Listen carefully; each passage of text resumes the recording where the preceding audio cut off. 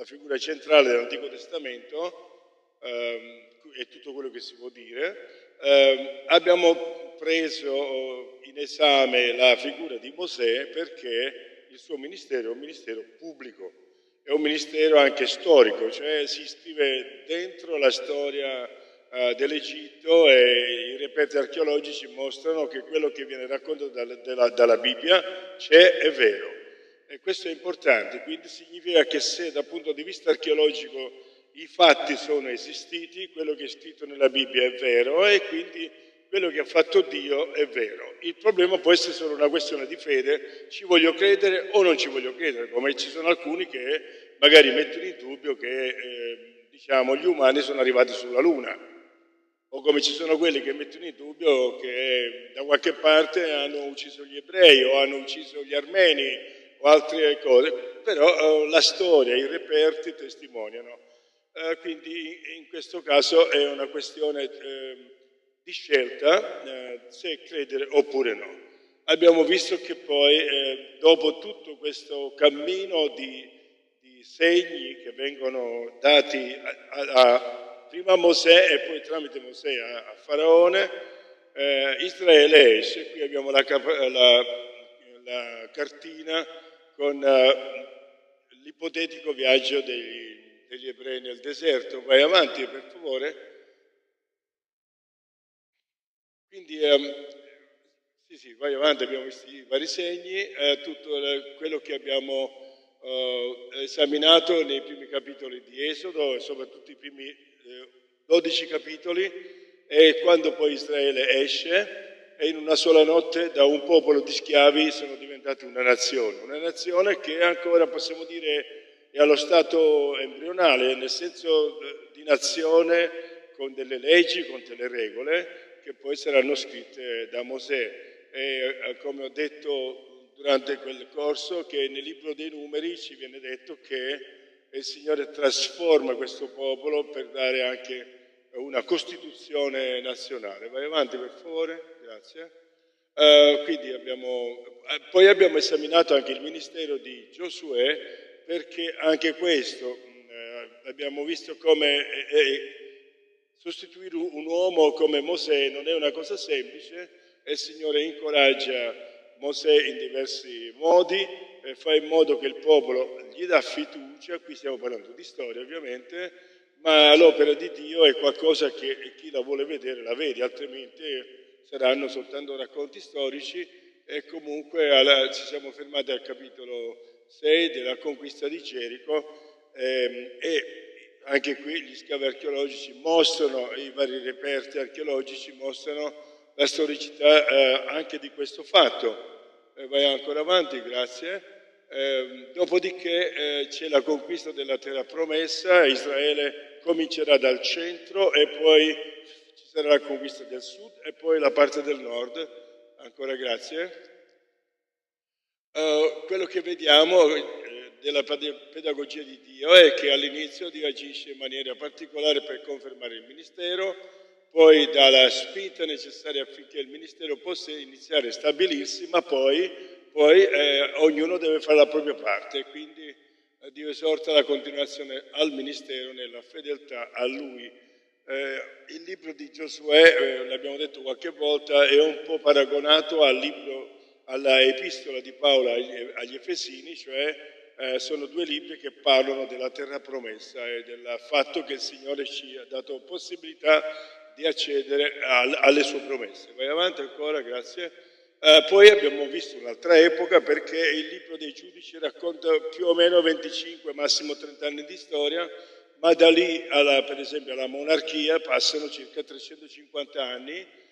Abbiamo esaminato il libro dei Giudici per come è organizzato, ed è un libro che diventa un'apologia al regno. E negli ultimi 4 capitoli c'è scritto per ogni capitolo, poiché non c'era re in Israele, ognuno faceva quello che voleva. Abbiamo esaminato questo ciclo tipico del libro dei Giudici, perché ogni storia è strutturata in questo modo, dove c'è un momento in cui c'è una ribellione, cioè potremmo dire il popolo di Dio, in cambio di seguire le buone leggi, le buone istruzioni che gli dà il Signore, fa a modo suo, e quando ci allontaniamo dal Signore, dai buoni comandamenti che ci dà, facciamo di testa nostra e molte volte facciamo quello che non è buono. Quindi si va in rovina, e dalla rovina c'è il ravvedimento, c'è questo ripensamento e ritorno al Signore, e il Signore provvede una restaurazione e un tempo di riposo.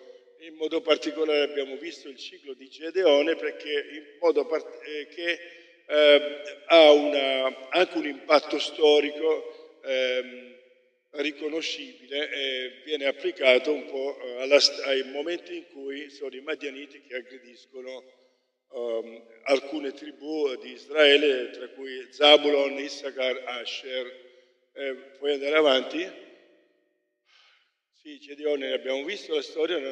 Ecco, adesso noi parleremo dei profeti, i profeti che percorrono un buon periodo storico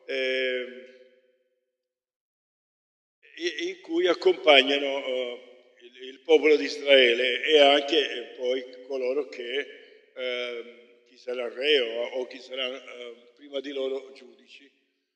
Quello che è l'aspetto particolare è che Dio parla anche attraverso le profezie, e lo scopo di queste profezie è di suscitare la fede in Lui, e noi lo vedremo stasera in questi brani tratti dal libro del profeta Isaia. Il profeta Isaia, poi vedremo anche la vita di Elia e Eliseo, che è un altro momento storico. Il profeta Isaia vive più o meno tra il 740 e il 688 a.C. Sono date approssimative. Muore martirizzato, muore in un modo atroce, viene riportato anche nel libro degli Ebrei. Lui viene chiamato il profeta del contrasto. È sposato con una donna che viene dichiarata anche profetessa. Molte volte vengono un po' taciute le donne profetesse, ma la Bibbia invece lo dice chiaramente. Ci sono altre profetesse nell'Antico Testamento che servono il Signore e parlano al popolo da parte del Signore, anche perché tante volte ognuna di loro, profeta o profetessa, erano dislocate in zone diverse di Israele. Il profeta Isaia viene chiamato il profeta del contrasto. Che significa il profeta del contrasto? Quindi se leggete Isaia con questo alla mente, vi accorgerete che man mano che si va avanti nel libro ci sono dei contrasti. Per esempio, quando le cose vanno bene, lui avverte, lui dice al popolo: attenti, perché quando c'è scritto qualche altro anche nei Salmi: Signore, fa che non stia troppo bene perché mi dimentico del tuo nome. Quindi tante volte lo stare bene non è che dobbiamo essere masochisti o sadici per stare male, no? Ma quello a cui siamo chiamati attraverso Isaia, attraverso altre parole della Bibbia, è di vigilare perché il benessere non possa diventare anche una causa di andare lontani da Dio, scivolare in cose che non dovrebbero essere. Quindi lui avverte per rimanere fedele all'Eterno. Quando invece, ecco il contrasto, si vive un periodo di sbandamento o di sofferenza, lui annuncia la speranza e la liberazione. Ed è bello vederlo in tutto il libro del profeta Isaia, questi 66 capitoli che ricoprono una storia molto grande. I primi capitoli di Isaia parlano della situazione di Israele. E una frase è che Israele come si può dire, è marcio da cima dei capelli per chi ce l'aveva fino ai piedi. Cioè non c'è niente di buono. Però ovviamente sto andando veloce perché se prendiamo tutti i versetti ci vuole almeno 3 ore per quello che ho preparato. E quello che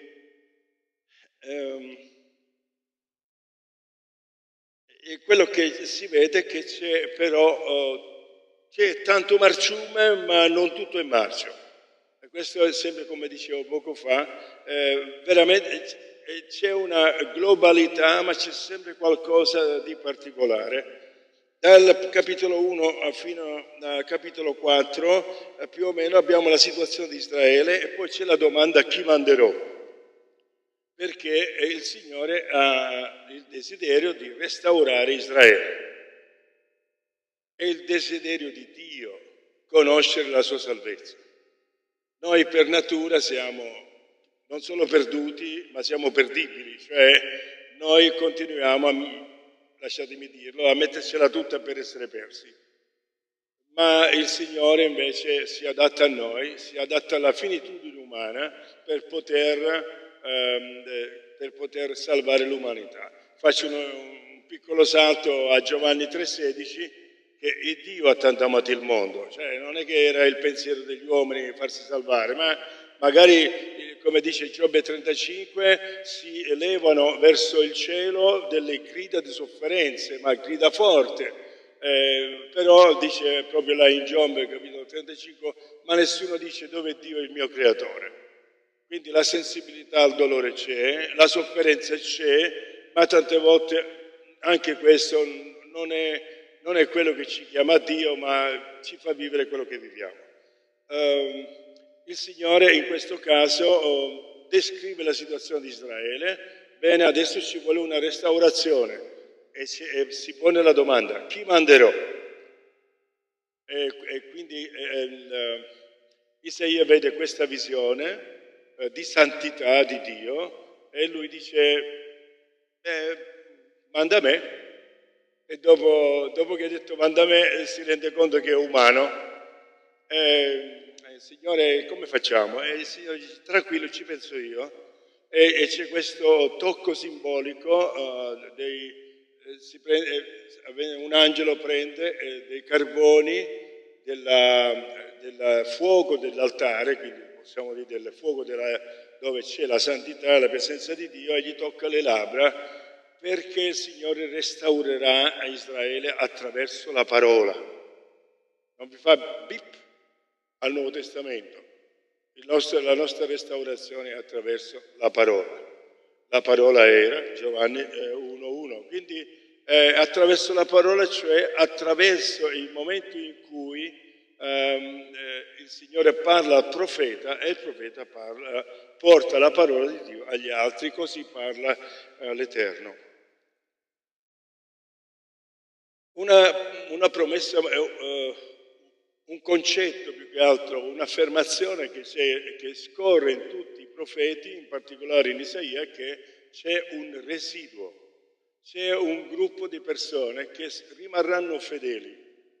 E non perché sono i più perfetti, non perché sono i migliori, ma perché hanno scelto di temere Dio. E questo deve poterci incoraggiare.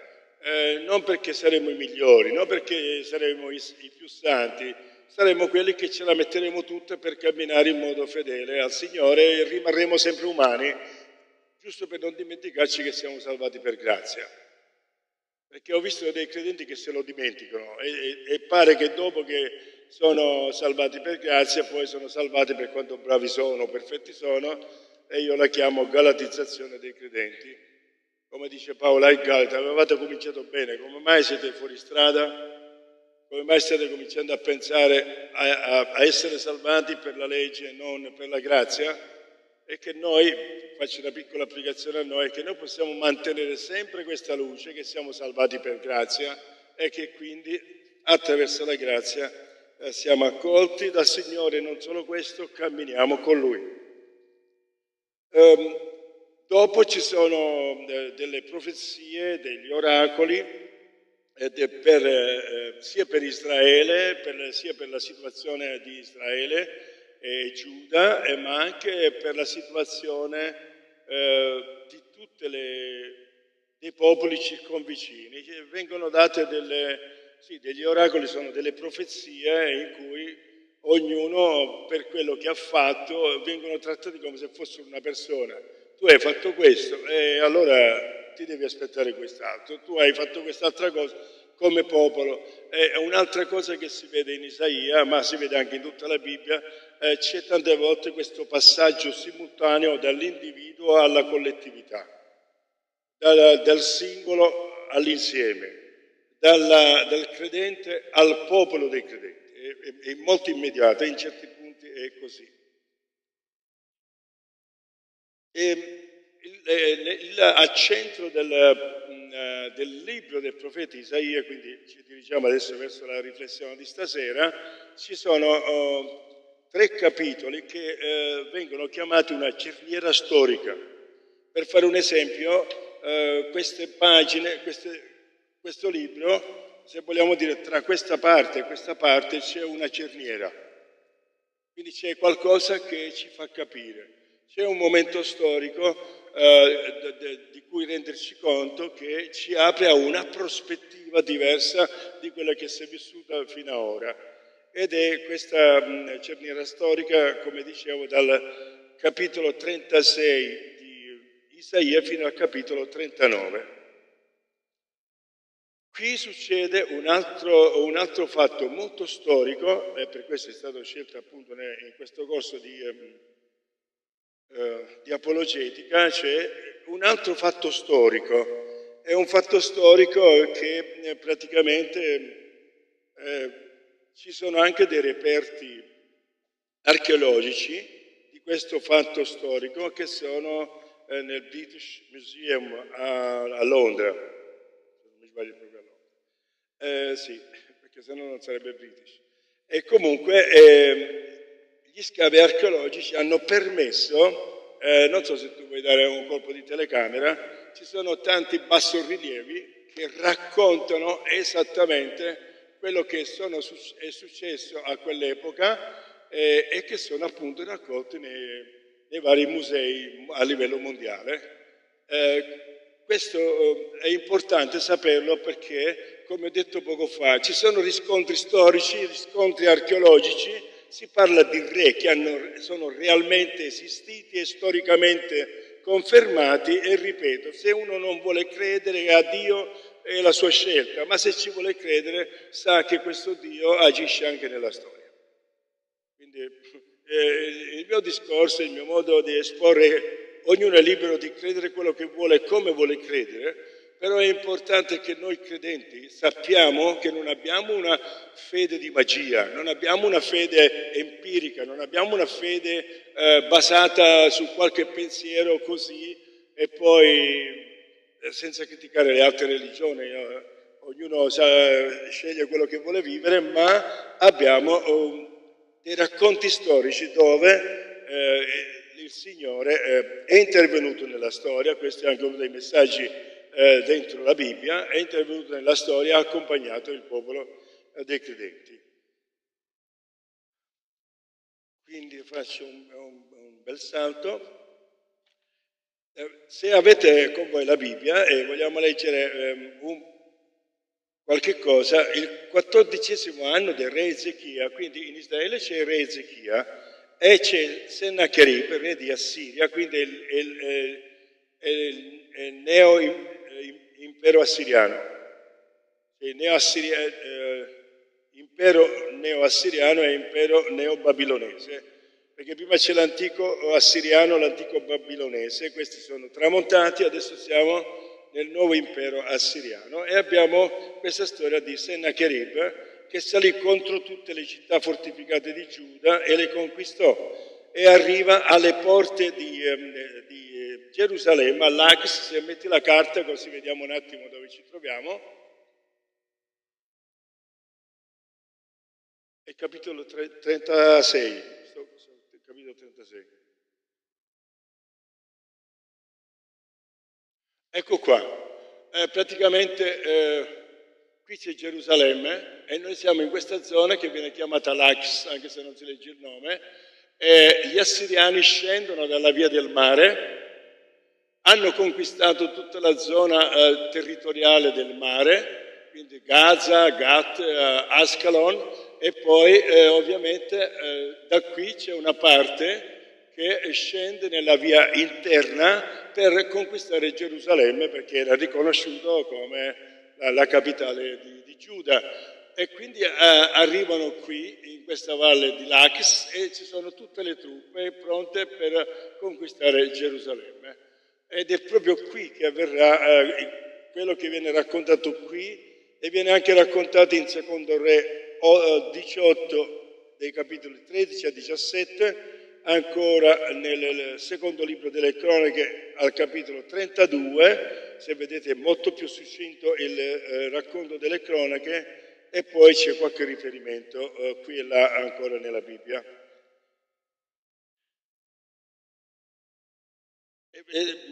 Mi attengo al testo di Isaia, ma le stesse cose più o meno scritte nello stesso ordine ce l'avete anche appunto nel libro dei Re. Allora, il re d'Assiria manda Rabbi Shakeh da Lachis a Gerusalemme, e il re Ezechia con una grande... al re Ezechia con un grande esercito, e Rabbi Shakeh si fermò presso l'acquedotto dello stagno superiore sulla strada del campo del lavandaio.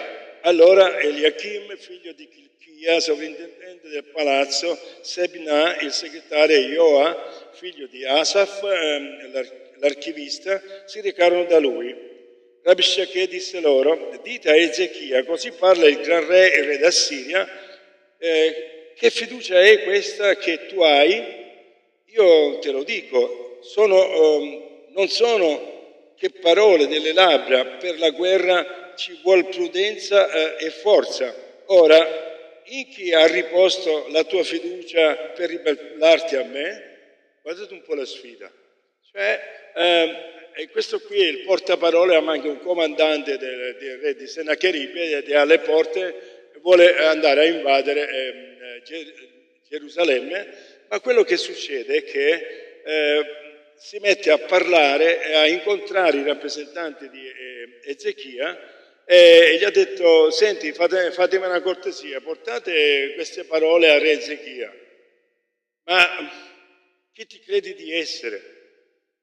In chi credi di aver messo la tua fiducia?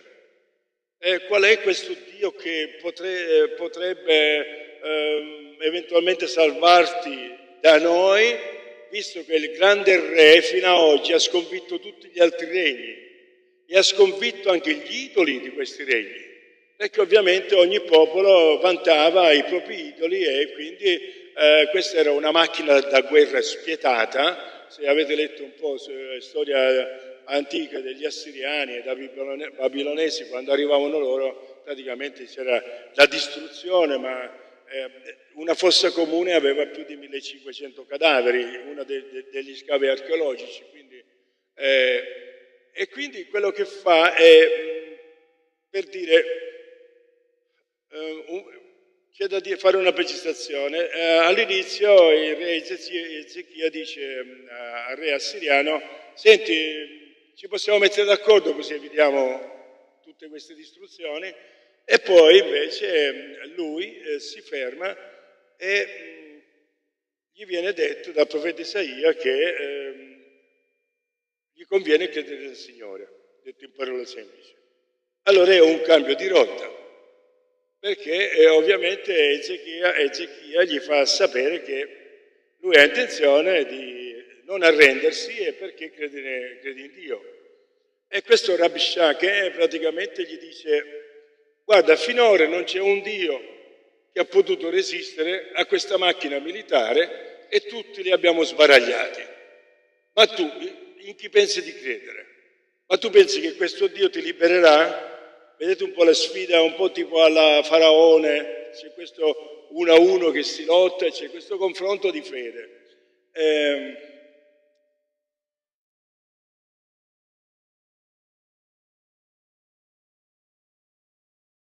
In chi hai riposto la tua fiducia per ribellarti a me? Versetto 6. Ecco, tu confidi nell'Egitto, cioè lui gli dà una interpretazione storica, perché ovviamente, come vediamo anche dalla carta che si vedeva, più giù c'è l'altra potenza mondiale, ecco qua, c'è l'altra potenza mondiale che sarebbe l'Egitto. ed era la strada anche percorsa dagli etiopi, che se ne parla in questo racconto. Allora lui gli dice: ti stai affidando a quella canna rotta dell'Egitto, che appoggi la tua mano e la canna ti infilzerà le mani.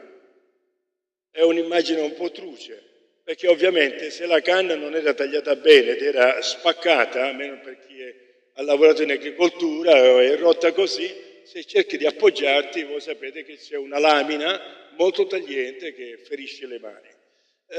Quindi vedete un po' come parlano anche in modo simbolico. Ecco, tu fidi nell'Egitto in questo segno di canna rotta che penetra nella mano di chi vi si appoggia e gliela fora. Così è il faraone, re d'Egitto, per tutti quelli che confidano in lui. Forse mi dirai, noi confidiamo nel Signore, qua c'è scritto il nome Yahweh. Cioè lui dice: se per caso vi è venuto in mente di affidarvi al re d'Egitto, questo è quello che noi pensiamo.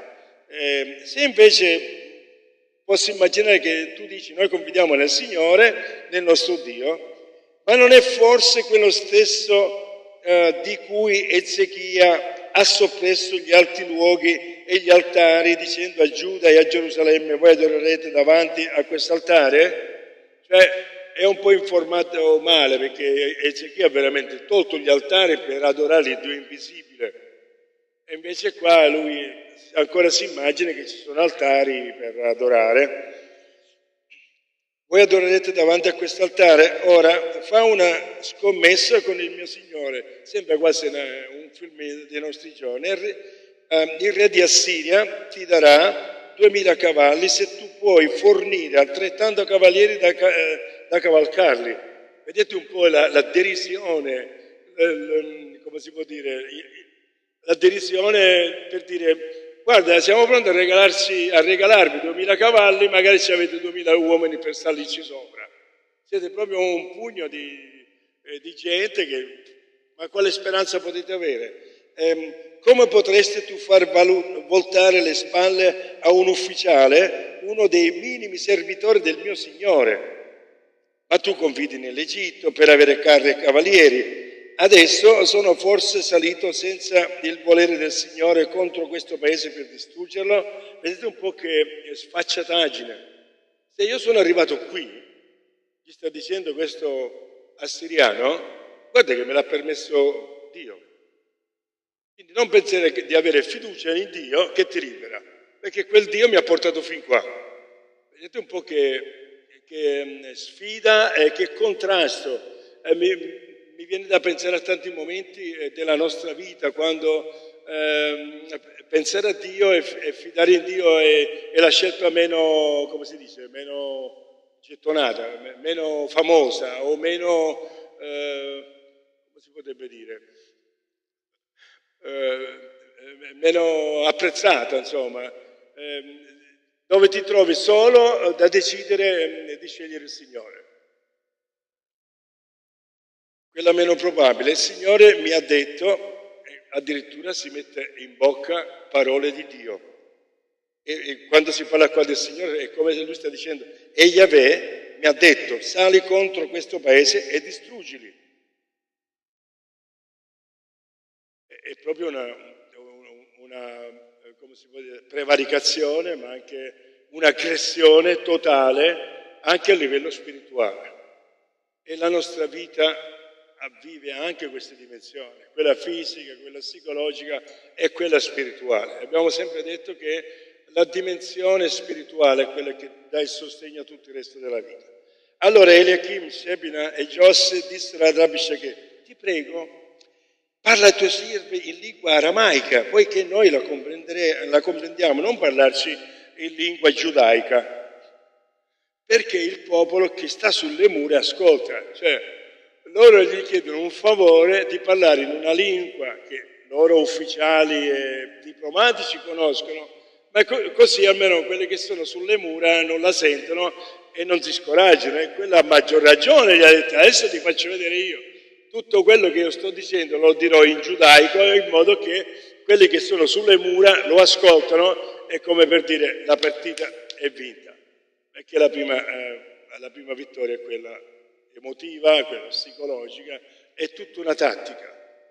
Quelli che chiedono un favore, ora potete immaginare anche lo stato di prostrazione di questi rappresentanti di Israele davanti a questo esercito smisurato, davanti a questo che veramente ha, come dicono i francesi, una grande gola per dire tutto quello che gli passa per la testa, e anche molto dispettoso, per dirlo in modo elegante. Ma Rabbi Shakeh rispose: il mio Signore mi ha forse mandato a dire queste parole al tuo Signore e a te solamente? No, non mi ha forse mandato a dirle a questi uomini che stanno sulle mura e che presto saranno ridotti a mangiare i loro escrementi e a bere la loro urina con voi? Allora Rabbi Shakeh, stando in piedi, gridò ad alta voce e disse in lingua giudaica: udite le parole del re d'Assiria. Così parla il re d'Assiria: non vi inganni Ezechia, poiché egli non potrà liberarvi, né vi faccia Ezechia riporre la vostra fiducia nel Signore, dicendo: il Signore ci libererà. Di certo questa città non sarà data nelle mani del re di Assiria. Non date retta a Ezechia, perché così dice il re d'Assiria: fate la pace con me, arrendetevi a me, e ognuno di voi mangerà il frutto della sua vite, del suo fico, e berrà l'acqua della sua cisterna, affinché io venga e vi conduca in un paese simile al vostro. Quindi gli sta promettendo: faremo l'estradizione del popolo. Difatti è avvenuto quello più tardi, perché per abbattere un popolo si spostava di territorio in modo che era straniero, poteva vivere, ma come straniero in una terra che non era la propria patria. Non so se voi siete stati all'estero e poi siete rientrati in Italia. Che impressione vi fa non appena rientrati il confine? Io di solito faccio così. E la macchina cammina da sola, cioè è tutta un'altra storia, proprio perché già varcare il confine è la propria terra. Quindi continua ancora: non date retta a Ezechia, perché vi dice di confidare in Dio. E lui gli ha appena detto: guardate che questo Dio in cui confida Ezechia è quello che mi ha mandato a voi. Vedete l'inganno? L'appropriarsi delle cose di Dio. Mi viene da pensare, se dovesse venire anche un angelo del cielo a raccontarvi un altro Evangelo, sia anatema, cioè sia all'impiedi, ricevendo il giudizio di Dio, perché c'è un solo Signore, un solo Salvatore, un solo Vangelo. E qui c'è Ezechia che esprime la fiducia in Dio, e c'è questo che gli sta dicendo: no, guardate che quel Dio mi sta mandando a me per farvi fuori a tutti quanti. Versetto 18: non vi inganni Ezechia dicendo che il Signore ci libererà. Qualcuno degli dei, ecco, vedete un po' come si può dire, il fatto di sentirsi orgoglioso, no? Qualcuno degli dei, delle nazioni, ha forse liberato il suo popolo dalle mani del re d'Assiria? Dove sono gli dei di Kamat e di Arpad? Dove sono gli dei di Sepharvaim? Io lo leggo così come è scritto. Hanno forse liberato Samaria dalla mia mano? Fra tutti gli dei di questi paesi, quali sono quelli che hanno liberato il loro paese dalla mia mano? Il Signore potrà forse liberarvi, e qua adesso sta andando proprio contro Dio, il Signore potrà forse liberare Gerusalemme dalla mia mano? E quelli tacquero, ovviamente. Cosa possono dire? Quelli tacquero e non risposero nulla, perché il re aveva dato quest'ordine: non gli rispondete. È interessante questa affermazione. Eliachim, figlio di Chilchia, e sovrintendente del palazzo, Sebna e il segretario Joa, figlio di Asaf, l'archivista, andarono da Ezechia con le vesti stracciate e gli riferirono le parole del Rabbi Shakeh. Ho voluto leggere tutto il capitolo per renderci conto del conflitto e della sfida che viene fatta da questo popolo nemico di Israele, che soprattutto è diventato una guerra di religione, una guerra di divinità. Che questi stanno dicendo così: se c'è una divinità, questa divinità non è dalla parte tua, Ezechia, non è dalla parte vostra, perché questa divinità ci ha permesso di essere fin qua e adesso, se non vi sottomettete, vi faremo diventare tutti quanti cenere. E qui c'è la preghiera poi di Ezechia. Spero che non vi state annoiando a seguire il racconto storico, ma è proprio questo racconto che ci fa capire tutto quello che è il resto. Quando il re Ezechia ebbe udito questo, si stracciò le vesti, si coprì di un sacco ed entrò nella casa del Signore. Cioè, l'atteggiamento di Ezechia in questo momento sono veramente più a terra del terreno, sono sprofondato e manda i suoi dal profeta Isaia, figlio di Amoz. Essi gli dissero: così parla Ezechia, oggi è giorno di angoscia, di castigo e di disonore, perché i figli stanno per uscire dal seno materno, però manca la forza per partorirli. Guardate che immagini forti vengono usate. Cioè, la vita stessa ha perso la forza di esistere. Quando una madre perde la forza di partorire un bambino, significa che la vita si è fermata. Non c'è più futuro. Forse il Signore, il tuo Dio, ha udito le parole del Rabshakeh che il re d'Assiria, suo Signore, ha mandato per insultare il Dio vivente, e forse il Signore, il tuo Dio, punirà le parole che ha udite. Rivolgigli dunque una preghiera in favore del resto del popolo che rimane ancora. Vedete la parola del resto. I servi del re Ezechia andarono dunque da Isaia e Isaia disse loro: così direte al vostro Signore, così dice il Signore, non temere le parole che hai udite, con le quali i servi del re d'Assiria mi hanno insultato. Lui sta parlando a nome di Dio, ed è Dio che si sta accollando la questione.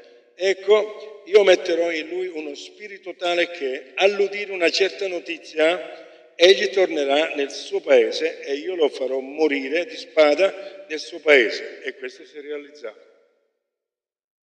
alla lettera. Rabshakeh tornò dal re d'Assiria e lo trovò che assediava Libna, cioè una città, era una città un po' più a sud, sempre là nella zona, perché aveva saputo che il suo signore era partito da Lachis. Il re ricevette questa notizia concernente Tiraca, re di Etiopia. Egli si è mosso per farti guerra. Quindi arriva una notizia inaspettata, che non è l'Egitto che si sta muovendo, perché in quel momento non era una potenza egemone, ma stanno arrivando gli etiopi. E gli etiopi in quel momento sono un popolo molto forte. Udito questo, inviò dei messaggeri a Ezechia con questo messaggio: dite così a Ezechia, re di Giuda, il tuo Dio nel quale confidi non ti inganni dicendo Gerusalemme non sarà data nelle mani. Ancora c'è questo atteggiamento proprio di prevaricazione del re di Assiria. E tu hai udito quello che i re d'Assiria hanno fatto a tutti i paesi, come li hanno distrutti, e tu riusciresti a scampare? Parla di fatti, parla di violenza, parla veramente del modo come trucidavano le popolazioni che capitavano sotto le loro spade. Quando leggo, se non mi sbaglio era l'Iliade, che Ettore viene trascinato per tanti giorni attorno alle mura, erano cose fatte di questo tipo, perché trascinavano questo cadavere proprio per dire: a voi ve la faremo finire così. Loro facevano delle cose di questo genere. Gli dei delle nazioni, gli dei delle nazioni che i miei padri distrussero, gli dei di Gozan, Karan, Rasef, fa tutta ancora la lista, riusciranno forse a liberarle? Dove sono i re di Camat, di Arpad, quindi ancora questo? Ezechia prese la lettera nelle mani dei messaggeri e la lesse, poi salì alla casa del Signore e la spiegò davanti al Signore. Ezechia pregò il Signore dicendo: Signore degli eserciti, Dio di Israele, che siede sopra i cherubini, tu solo sei Dio e tutti i reparti di tutti i regni della terra. Tu hai fatto il cielo e la terra. Signore, porgi l'orecchio e ascolta. Signore, apri i tuoi occhi e guarda. Ascolta tutte le parole che Sennacherib ha mandato per insultare il Dio vivente. È vero, Signore, i re d'Assiria hanno devastato tutte quelle nazioni e i loro paesi e hanno dato in fiamme i loro dei, perché quelli non erano dei, ma erano opera delle mani di uomo, legno e pietra, e li hanno distrutti. Cioè, cerca di Ezechia, in una constatazione reale, cerca di, se vogliamo dire, di farsi forza nel dire: le parole che loro stanno dicendo non sono delle parole che corrispondono a verità, perché quegli idoli sono legno e pietra, quindi non è che hanno vinto contro gli dei, non è che hanno vinto qualcosa di spirituale, non hanno vinto niente, perché questi idoli non servono. Cioè, in poche parole, Ezechia in questa preghiera si sta allineando a Dio vivente e sta chiedendo al Dio vivente di intervenire. Ma ora, Signore Dio nostro, liberaci dalle mani di Sennacherib, affinché tutti i regni della terra conoscano che tu solo sei il Signore. E qui è una motivazione che il Signore ha sempre dato a Israele, un mezzo perché fosse, parliamo di Israele della Bibbia, e che tutti quanti possono conoscere nella storia di Israele l'opera di Dio. Allora Isaia, figlio di Amoz, mandò a dire a Ezechia: così dice il Signore, Dio di Israele: ho udito la preghiera che hai rivolta riguardo a Sennacherib re d'Assiria. Questa è la parola che il Signore ha pronunciata contro di lui. La Vergine figlia di Sion ti disprezza e si fa beffe di te. La figlia di Gerusalemme scrolla il capo dietro di te. Chi hai insultato e oltraggiato? Contro chi hai alzato la voce e levati in alto i tuoi occhi? Contro il Santo di Israele. Per bocca di tue serve tu hai insultato il Signore e hai detto: con la moltitudine dei miei carri io sono salito in cima alle montagne, sui fianchi del Libano, e abbatterò i suoi cedri più alti e i suoi cipressi più belli. Arriverò al più remoto nascondiglio e alla sua magnifica foresta. E io ho scavato e bevuto dell'acqua, con la pianta dei miei piedi prosciugherò tutti i fiumi d'Egitto. Non l'hai udito? Da lungo tempo ho preparato questo, da tempi antichi ne ho ideato il progetto. Ora ho fatto in modo che si compia e che tu riduca città forti in monti di rovine. I loro abitanti, privi di forze, sono spaventati e confusi. Vado ancora avanti, 28. Ma io so quando ti siedi e quando esci e quando entri e quando ti infuri contro di me. Poiché ti sei infuriato contro di me e perché la tua insolenza è salita alle mie orecchie, io ti metterò il mio anello al naso e il mio morso alla bocca e ti farò tornare per la via da cui sei venuto. C'è da dire che un aspetto della storia in Israele è che, anche per esempio nel profeta Abacuc, dove il profeta fa una rimostranza, una protesta contro Dio. Signore, Israele ha fatto i peccati, ma guarda attraverso chi stai cercando di punire il tuo popolo. È come se c'è un ragazzino, un uomo ha fatto qualcosa, merita una punizione, ma chi lo sta ponendo è un mafioso matricolato.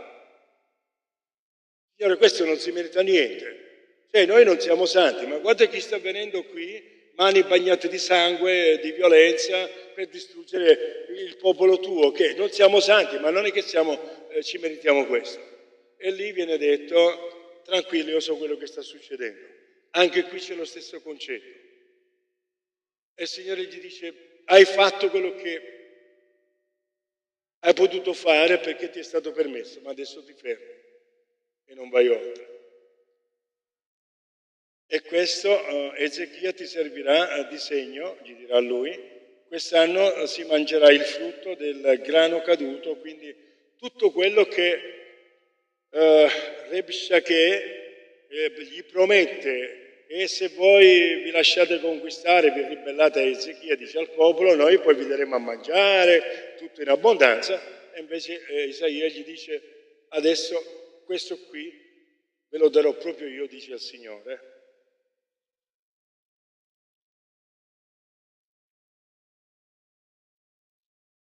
Versetto 33, perciò così parla il Signore riguardo al re d'Assiria, egli non entrerà in questa città e non vi lascerà freccia, non l'assalterà con scudi e non alzerà terrapieno contro di esse. Ci sono delle foto archeologiche perché ovviamente cosa si faceva? Si portava della sabbia all'altezza delle mura in modo da via terra salire sulle mura e conquistare, e queste cose sono rimaste a metà. Stavano preparando l'assalto, ma non è avvenuto mai.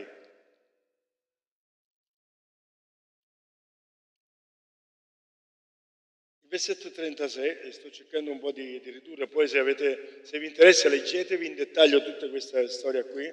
L'angelo del Signore uscì e colpì nel campo degli Assiri 185.000 uomini. Ho detto bene? Sì. E quando la gente si alzò la mattina, eccovi tanti cadaveri. Allora Sennacherib, re d'Assiria, tolse l'accampamento, partì e tornò a Ninive, dove rimase. E poi gli viene fatta un'imboscata dai propri figli, viene ucciso, e uno di questi figli, l'ultimo versetto, ed Esaraddon, suo figlio, regnò al posto suo. Quindi questa cerniera storica ci fa vedere sempre questa opposizione che c'è nel mondo spirituale.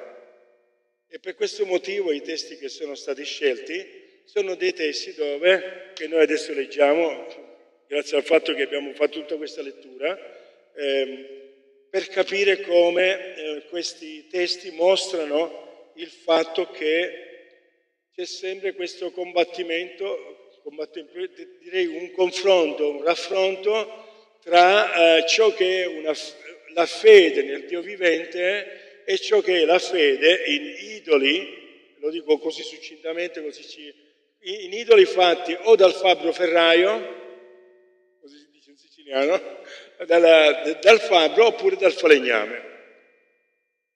E quello che viene sottolineato, il fabbro cosa fa? Piglia a martellate, con braccia robuste, ha martellato il ferro, lo sagoma e poi ne fa un idolo e gli si inginocchia davanti. Ma proprio vengono sottolineate le martellate che vengono date al ferro. Come per dire, ma non ti rendi conto che sei più forte di questo ferro, tu sei vivo e quello è morto, cosa fai alla fine? Ti inginocchi e adoro un pezzo di ferro. E parlando del falegname, che si tratta appunto di lavorare il legno, pigli l'albero, tagli i rami, fai il pane, inforni le cose, ti riscaldi, poi pigli un po' di tronco, un pezzo, lo cominci a dare con lo scalpello bello tagliente, quindi lo stai tagliando pezzi, lo stai sagomando e alla fine ti metti ad adorarlo. E lì ci sono delle domande che vengono fatte lungo il testo, come per dire, ma non riesci a riflettere? Cioè, hai costruito qualcosa che ti sta inginocchiando per adorarlo. Ed è importante tante volte veramente vedere come spesso ci si trova in questa situazione di costruire delle circostanze o delle progettualità e poi noi diventiamo schiavi di queste progettualità, anzi tutta la nostra vita è dedicata a questo. Ci sono dei lavori che diventano l'idolo di alcuni uomini e donne. Ci sono lavori che diventano la prigione di uomini e donne, la schiavitù per uomini e donne. E il Signore invece ci mostra di essere il Dio vivente, Dio per la vita, Dio che libera per vivere la propria libertà alla luce di Dio. E questi testi adesso li leggeremo semplicemente, quindi 41, 17 a 24.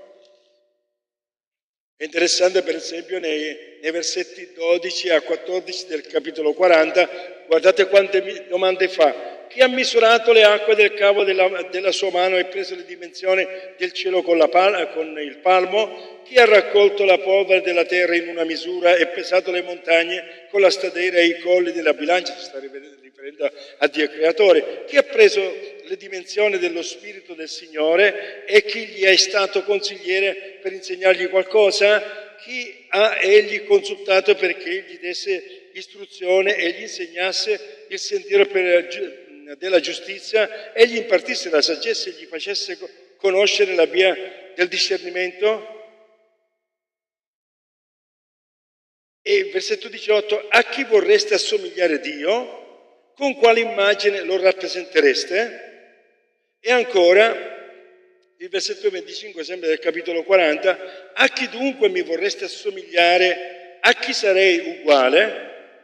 Dice il Santo. Fa sempre queste domande perché le domande, come ho detto qualche altra volta, suscitano la riflessione. Le domande fanno uscire dal cervello limbico delle emozioni, perché le emozioni ti prendono e sento questo e vivi per sentimento. Tante volte sono dei sentimenti parassiti, ma le domande aiutano la persona a uscire dalle emozioni per riflettere e capire. Perché non possono capire i fabbricatori di idoli? Perché sono nell'emozione e nell'essere piegati, perché hanno bisogno di adorare e questo gli dà un senso della vita. E invece il Signore fa le domande per andare veramente alla spiritualità. Quindi avevo promesso i 41-17, andiamo. I miseri e i poveri cercano acqua e non c'è. Cosa sta denunciando qui il Signore? Il fatto che i capi di Israele si sono allontanati da Dio e il popolo è nella miseria. Ricordiamoci sempre che uno degli aspetti della Bibbia è un aspetto etico a favore della persona. Il creatore non può essere con le spalle girate nei confronti della creatura che lui ha fatto. Il creatore ama l'umanità, il creatore ama le persone, ha dato delle leggi per prendersi cura gli uni degli altri, per amare il prossimo come se stesso, ma quando si è lontani da Dio, come ho detto poc'anzi, non si seguono più queste regole. E allora, come qui, i miseri e i poveri cercano acqua e non c'è. La loro lingua è secca della sete. Io, il Signore, li esaudirò. Io, il Dio di Israele, non li abbandonerò. Io farò scaturire dei fiumi nelle nude alture, delle fonti in mezzo alle valli. Farò nel deserto uno stagno della terra arida, una terra di sorgenti. Pianterò nel deserto il cedro, l'acacia, il mirto e l'olivo selvatico. Metterò nei luoghi sterili il cipresso, il pianto e il larice tutti insieme, affinché quelli, qual è l'obiettivo, vedano, sappiano, considerino e capiscono tutti quanti che la mano del Signore ha operato questo e che il Santo di Israele ne è il creatore. E questi sono versi che hanno incoraggiato la ricostruzione di Israele. Il deserto fiorirà, è rifiorito. Che se ne dica di quello che sta succedendo, non siamo qua per fare politica, ma giusto per dirvi che sono state queste parole che hanno potuto dare una spinta a quelli che dopo anni di esilio hanno potuto ricoltivare la terra. Versetto 21, presentate la vostra causa, dice il Signore, esponete le vostre ragioni, dice il re di Giacobbe. Cosa possiamo dire di questi due versetti? Dio non è un Dio che giudica, che dà bastonate in testa. Dio è un Dio che ama il confronto e il dialogo. Dio sta dando il diritto di parola. E se tu hai l'idea o il pensiero che non puoi dire le cose a Dio, Lui ti invita a dirlo. Presentate la vostra causa, dice il Signore. Esponete le vostre ragioni, dice il re di Giacobbe. Le espongono essi, adesso qua sta parlando con altri, e ci dichiarano qual è quel che avverrà. Adesso sta parlando agli idoli. Allora, questi qua, se sono veramente Dio, divinità, bene, si comportano da divinità. Le espongono a esse e ci dichiarino quel che avverrà. Le vostre predizioni di prima, quali sono? Cioè, cosa avete potuto predire nel passato? Ditecele, perché possiamo porvi mente e riconoscerne il compimento, oppure fateci udire le cose future. Annunziateci quello che succederà più tardi e sapremo che siete degli dei. Sì, fate del bene o del male affinché noi vediamo e lo consideriamo assieme. Cioè il Signore chiama al confronto le persone.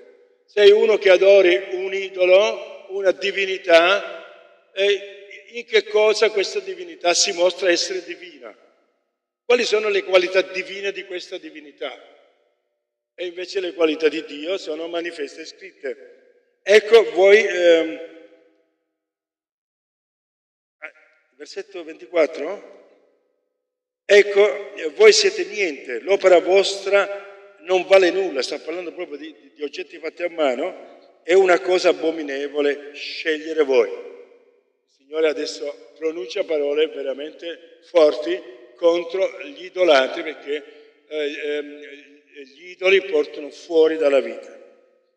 Versetto 25, io ho suscitato dal settentrione ed egli viene, dall'oriente ed egli invoca il mio nome, egli calpesta i principi come fango, come il vasaio le calca d'argilla. Chi ha enunciato questo fin dal principio perché lo sapessimo? Già da molto tempo, da molto prima, perché dicessimo è vero, nessuno l'ha annunziato, nessuno l'ha predetto, nessuno ha udito i vostri discorsi.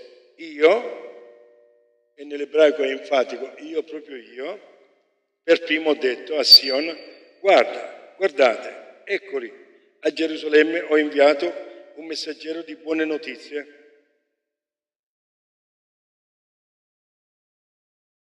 E quindi di qua c'è la rivelazione di mandare il servitore del Signore.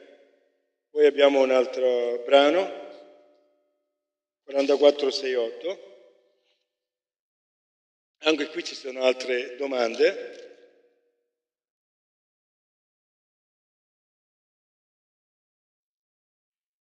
Per esempio, il capitolo 44, già all'inizio, ascolta Giacobbe, mio servo, Israele, che io ti ho scelto, quindi sempre l'individuo e la collettività, l'uno e l'altro. E così parla il Signore che ti ha fatto, che ti ha formato fin dal seno materno, colui che ti soccorre. Quindi non ci sono tanti Salmo 139 per capire che il Signore ti ha aiutato a esistere. Non temere, Giacobbe, mio servo, o Yesurum, che è il nome, diciamo, poetico di Gerusalemme, che io ti ho scelto. Ancora più avanti, spanderò il mio spirito sulla tua discendenza e la mia benedizione sui tuoi rampolli. Essi germoglieranno come in mezzo all'erba, come salici vive a correnti di acqua. Versetto 5, l'uno dirà, guardate che bello questo dialogo, io sono del Signore, e l'altro si chiamerà Giacobbe, e un altro scriverà sulla sua mano del Signore, e si onorerà di portare il nome di Israele. Sulla mano gli aveva scritto, appartengo al Signore. Mi fa pensare a uno che c'era un fratello che ha visto un ragazzo con un orecchino, che aveva la croce, e gli fa, fratello, ma tu porti l'orecchino, no? A una certa età era un pochettino, e questo gli ha detto così, fratello, adesso c'è la croce qua in questo orecchino, prima c'era il serpente. E quindi, ecco. Quindi andiamo nel 6,8, così parla il Signore re di Israele e il suo Redentore, il Signore degli eserciti. Io sono il primo e sono l'ultimo. Questa è una parola che sentiamo anche nell'Apocalisse. Io sono l'Alfa e l'Omega. E fuori di me non c'è Dio. Chi come me proclama l'avvenire fin da quando fondai questo popolo antico? Che egli lo dichiari e me lo provi? Lo annunciano essi l'avvenire, e questo è quanto avverrà. Non vi spaventate, non temete, Non te l'ho io annunziato e dichiarato da tempo? Voi me ne siete testimoni. C'è forse un Dio fuori di me? Questa è la domanda cruciale. Tanti si danno il nome di Dio, ma c'è uno che è veramente Dio al di là di me? Per questo poco fa lei ha chiamato al confronto e vediamo quello che sapete mostrare di essere.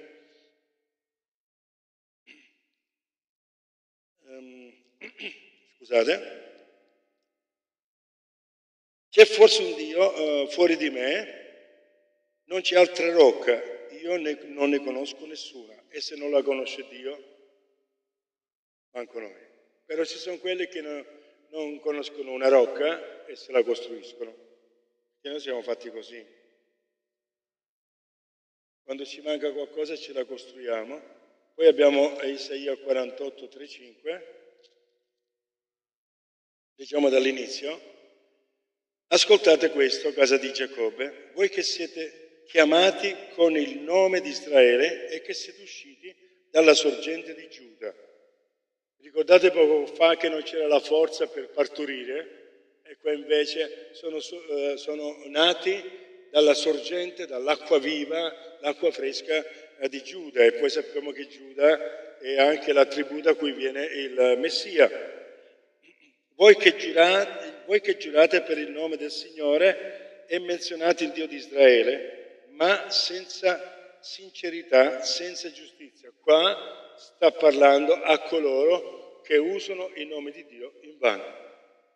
Ricordiamoci che dietro questa esortazione ci sono i comandamenti di Dio che vengono trasgrediti. Quelle che vengono chiamate Asherot Hadevarot, cioè le 10 parole di vita. I comandamenti, noi li prendiamo come comandamenti e quando sentiamo comandamenti già andiamo in blocco. Ci viene un brivido nella schiena, a doppia fila, legge, comandamenti. No, queste sono parole di vita. Le 10 parole di vita. È un'altra visione delle cose.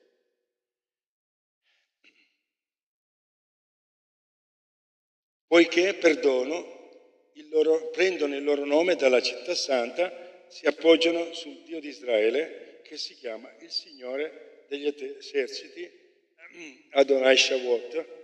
Già anticamente io annunziai le cose verificatesi, esse uscirono dalla mia bocca e io le feci sapere. A un tratto io le effettuai ed esse avvennero. Siccome io sapevo, Israele, che tu sei ostinato, che il tuo collo ha muscoli di ferro e che la tua fronte è di bronzo, io ti annunziai queste cose anticamente. Te li feci sapere prima che avvenissero perché tu non avessi a dire le ha fatte il mio idolo. Vedete un po' la prevenzione della spiritualità del popolo di Dio. Tante volte si legge, vabbè, ma sto Dio ce l'ha proprio con gli idoli, idoli che comandavano, tra virgolette, il sacrificio umano o altri. La prevenzione contro gli idoli è perché non ci fossero delle regole costruite da umani o dalla violenza umana contro gli esseri umani. Perché Dio creatore che ha creato tutto il mondo e l'essere umano ci dà delle leggi di protezione della vita umana in modo olistico, cioè in modo totale, in modo completo. Dalle leggi fisiche, leggi psicologiche e leggi spirituali. E come abbiamo detto poco fa, che i comandamenti e le parole di vita reggano il nostro registro spirituale e che tutto il resto venga sostenuto e guidato. Quindi per evitare che le ha fatti il mio idolo, allora lui l'ha detto già da tempo, le ha ordinate la mia immagine, rileggo meglio che io ti ho annunziai queste cose anticamente, le feci sapere prima che venissero perché tu non avessi a dire le ha fatte il mio idolo, le ha ordinate la mia immagine scolpita, la mia immagine fusa. Ricordate scolpita legno, fusa ferro, ok? Tu hai udito e vissuto tutto, non dovreste forse testimoniarlo voi stessi? Adesso sta chiamando le persone alla riflessione. Da dove venite? Qual è il vostro cammino finora? Cosa potete testimoniare finora? E il Signore sta dicendo, è quello che sto affermando, non è forse vero? E tu che ne sei stato testimone, adesso puoi affermarlo. Mi fa pensare un po' alla salvezza in Gesù Cristo, morte e risurrezione, e il fatto che Gesù manda dei testimoni, che sono testimoni di questi fatti in primis, e dell'opera di Cristo e dello Spirito Santo in noi, che ci manda come testimoni dovunque ci andiamo, della vita di Cristo in noi attraverso lo Spirito Santo. Ora io ti annuncio cose nuove. Allora lui dice, bene, adesso queste cose le sapete, ma io rimango Dio, e cosa fa? Vi do del nuovo, in modo che rimane sempre Dio.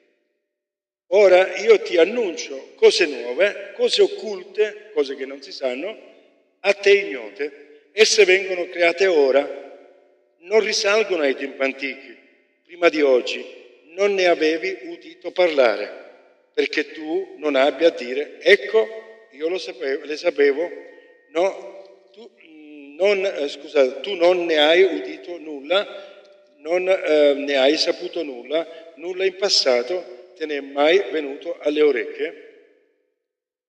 Sono andato un po' oltre, ma volevo ancora andare avanti, perché sapevo che ti saresti comportato perfidamente e che ti chiami ribelli fin dal seno materno.